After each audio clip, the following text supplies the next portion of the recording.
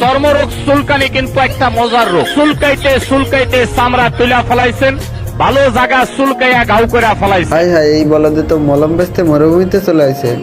তারপর তো এই মালের কথা শুনে খরগোশও গর্ত থেকে উঠে আসে। আসুন আমাদের গাড়ির নিকট, দেখুন আমাদের মলমগুলো। তারপর খরগোশ গর্ত থেকে উঠে এই পেট মুঠা মালের পিছু করে। আমি পারি না, আর পারি না।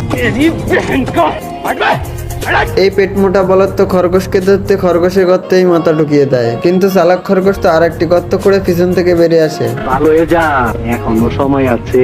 তুমি কি পাগল হইলে না মাথা খারাপ? বোকা লোক, পাগল ছাগল লোক। তারপর পেট মোটা গর্ত করে খরগোশের গর্তে বোম ঢুকিয়ে দেয়, কিন্তু পালাতে গেলে বোম তার পিছু করে। এবার পেট মোটা আরো দূরে এসে পালায়, কিন্তু খরগোশ বোমটি নিয়ে আবারও তার কাছে চলে আসে। বোমটি ডাস্ট হয়ে যায়।